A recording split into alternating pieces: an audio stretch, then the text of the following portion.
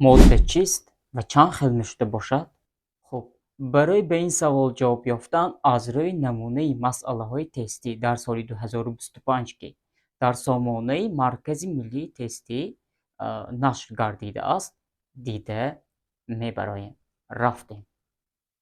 خب ماده چیست؟ آنچه زیرا که جسم فیزیکی از آن ساخته شده است ماده مینامند. برای مثال نمک آشی، شکر، طلا، نقره، آب و مثلا و غیره. خب ماده از جهت ساخت دو خیل میشوند، یعنی ماده های ساده و مرکب. خب тест به نظر میکنیم. ماده های مرکب را معین کنید. آمده است. خب وریانتی آ اکسیژن و نیتروژن.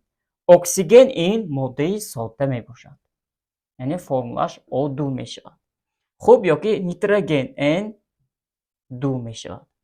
آهن این ماده ساده، فرمولش مثلا فرم از آن O باشد H2O. یعنی آهن در اینجا ماده ساده، آب در اینجا ماده مرکب به حساب می رود.